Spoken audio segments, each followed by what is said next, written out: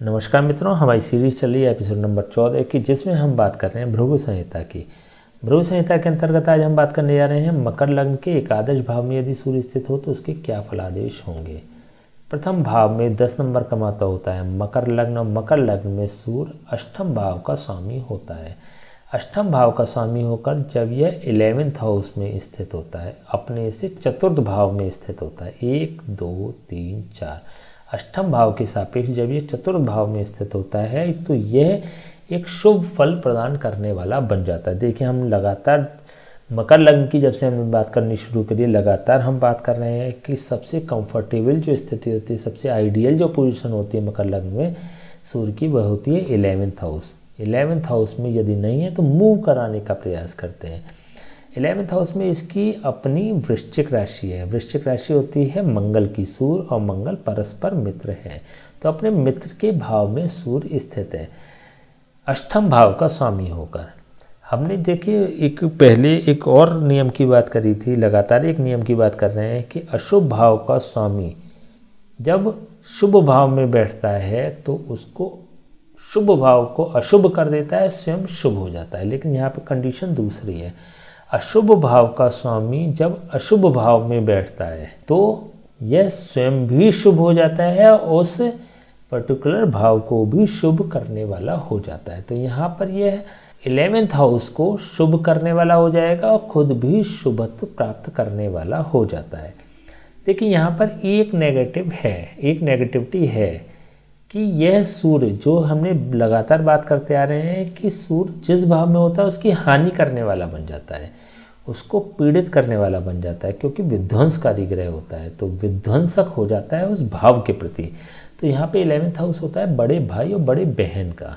तो यहाँ पे बड़े भाई और बड़े बहन से इसको विशेष रूप से हानि होती है, व्यक्ति पीड़ित होता है विशेष रूप से बड़े भाई से। और उसमें देखिए, अगर ज़्यादा भाई होते हैं तो सबसे बड़े भाई से, अगर 11th हाउस में सूर्य होता है तो सबसे बड़े भाई से पीड़ित रहते हैं, या बड़े भाई इनकी हानि करने वाले बन जाते हैं।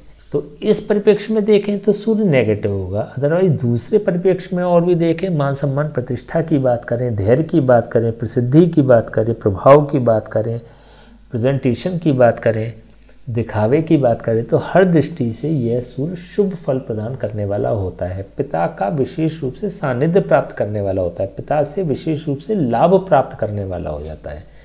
तो इस सभी परिप्रेक्ष्य में देखें तो सूर्य एक शुभ फल प्रदाता बन जाता है। लेकिन बड़े भाई के मामले में या बड़ी बहन के मामले में, अगर बड़ा भाई नहीं है तो फिर बड़ी बहन, इनके मामले में अगर देखें तो यह सूर्य शुभ फल प्रदान करने वाला नहीं होता है।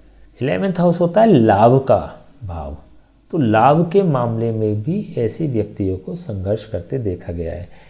सोर्स ऑफ इनकम के मामले में संघर्ष करते देखे गए हैं। तो ऐसे में विशेष रूप से 22 साल की अवस्था तक इनको विशेष रूप से सोर्स ऑफ इनकम के मामले में इनको संघर्ष करना पड़ेगा, या फिर इनके पिता को भी करना पड़ेगा। 22 प्लस की अवस्था में चीज़ें बेहतर हो जाती हैं। जो सूर्य के जो 11th हाउस और सूर्य के जो प्रभाव हैं पॉजिटिव हो जाते हैं।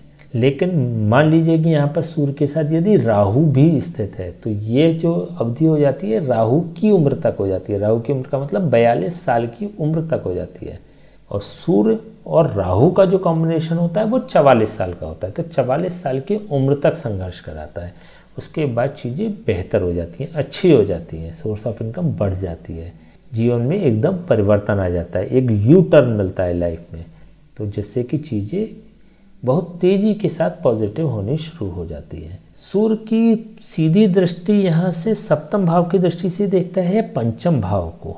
पंचम होता है संतान का भाव, मान प्रतिष्ठा सम्मान का भाव, पोजीशन का भाव, डेजिग्नेशन का भाव, पद का भाव।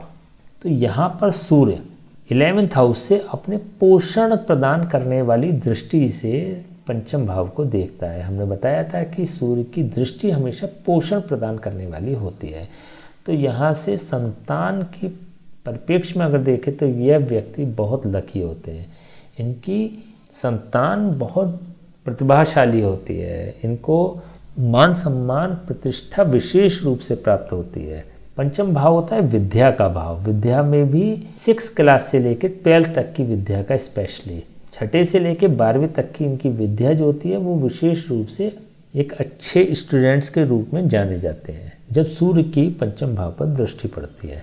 इसके अलावा भी पंचम भाव से संबंधित जो भी कंटेंट्स होते हैं उसको आप, पहले हम सीरीज़ एक चला चुके हैं भावों के सिद्धांत की, अगर वो आपने नहीं देखे तो वो आपको देखनी चाहिए, जिसमें कि हमने विस्तार से पंचम भाव के बारे में बात करी है।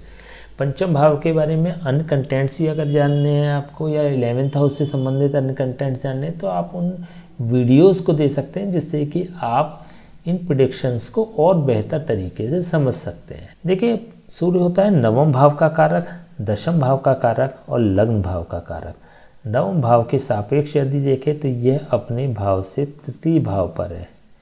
इसका मतलब ये भाग्य के सापेक्ष यदि देखें तो भाग्य के संघर्ष को बढ़ा देने वाला होगा। व्यक्ति के संघर्ष की प्रचुरता हो जाती है जीवन में। व्यक्ति का भाग्य साथ नहीं देता, व्यक्ति को मेहनत बहुत करनी पड़ती है, ज़्यादा मेहनत और कम रिजल्ट्स मिलते हैं।